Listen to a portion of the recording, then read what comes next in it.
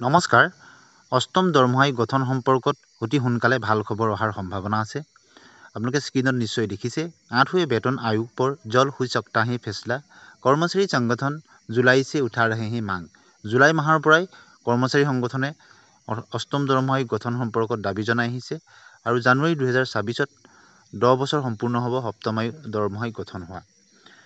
দিল্লীৰ পৰা প্ৰকাশ পোৱা এটা বাতৰি আপোনালোকে स्क्रीनत निश्चय देखिए। 8वें वेतन आयोग के गठन को लेकर मांग जोर पकड़ा रही है। अष्टम दरमहा आयोग गठन संपर्क दाबी प्रबल हो उठी से कर्मचारी संगठनों का तर्क है कि मौजूदा समय में देश का राजस्व संग्रह अच्छा है। वर्तमान समय देशर राजस्व संग्रह अत्यंत भाल और वित्तीय स्थिति भी बेहतर है और वित्तीय अवस्था यथेष्ट भाल, इसलिए आयोग के गठन के लिए वह उचित समय है। সেই কাৰণে অষ্টম দৰমহা গঠনৰ কাৰণে এটা উচিত সময়। इनको लेकर 2 से अधिक दौर को বাৰ্তা भी हो सकी है। ইয়াকে লৈ এই 24 চনতে দুবাৰ ইতিমধ্যে চৰকাৰৰ লগত কৰ্মচাৰী সংগঠনে আলোচনাও কৰিছে। नए वेतन आयोग को गठन को लेकर लगातार मांग उठा रही है। नতুন वेतन आयोग गठनক লৈ ক্ৰমাগতভাৱে দাবী চলি আহিছে।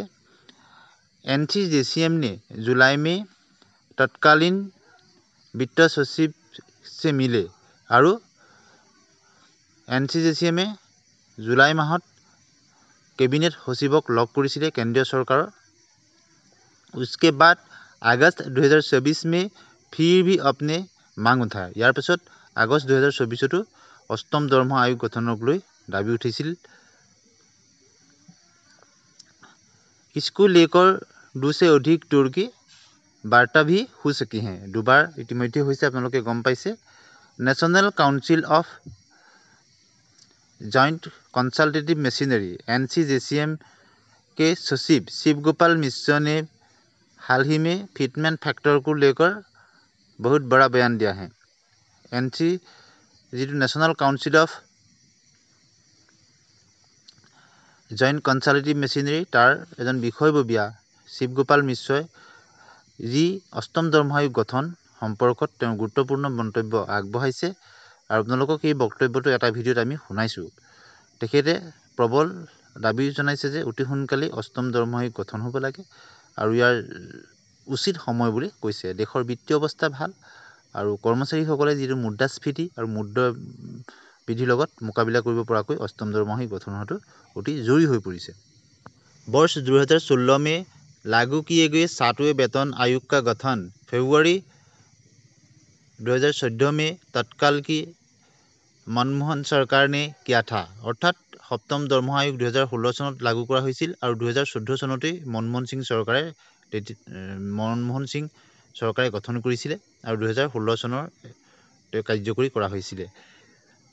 इस लिहाज से देखा जाए तो 7वें आयोग की सिफारिश का लागू हुए जनवरी 2026 में 10 वर्ष पूरी हो जाएगा। সেই হিচাপত জানুৱাৰী 2026ত 10 বছৰ সম্পূৰ্ণ হৈ যাব। 8वें वेतन गठन की मांग इसलिए जोर से लगा रहे हैं कर्मचारी संगठन। এই কাৰণেই কৰ্মচাৰী সংগঠনে অষ্টম দৰমহা আয়োগ গঠন আৰু কাৰ্যকৰী কৰাৰ কাৰণে দাবী চলাইছে। सूत्र बताते हैं कि वित्तीय वर्ष 2024-25 के आम बजट से पहले सरकार आयोग के गठन के लेकर कोई फैसला ले सकती है। और विभागीय सूत्रे जনোৱা মতে 2024 চনৰ বাজেটৰ আগতেই চৰকাৰে অষ্টম দৰমহা আয়োগ গঠন সম্পৰ্কত সিদ্ধান্ত পাৰে আৰু সেই কাৰণেই কৰ্মচাৰী সংগঠন বিশেষত NCJCM আৰু অন্যান্য যি ৰেলৱে কৰ্মচাৰী বিভাগেই হওক বা অন্যান্য বিভাগৰ কৰ্মচাৰী সংগঠনসমূহে চৰকাৰৰ ওচৰত প্ৰবল দাবী জনাইছে।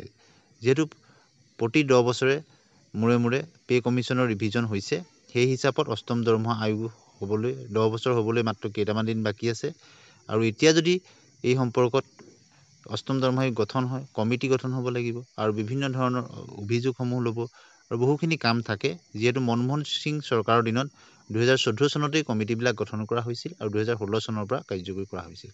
গতিকে এই সময়তে কৰ্মচাৰী সংগঠনসমূহে প্ৰবল দাবী জনাইছে যে অতি সোনকালেই নতুন দৰমহা আয়োগ গঠন সম্পৰ্কত চৰকাৰে তেওঁলোকৰ স্থিতি স্পষ্ট কৰিব লাগে।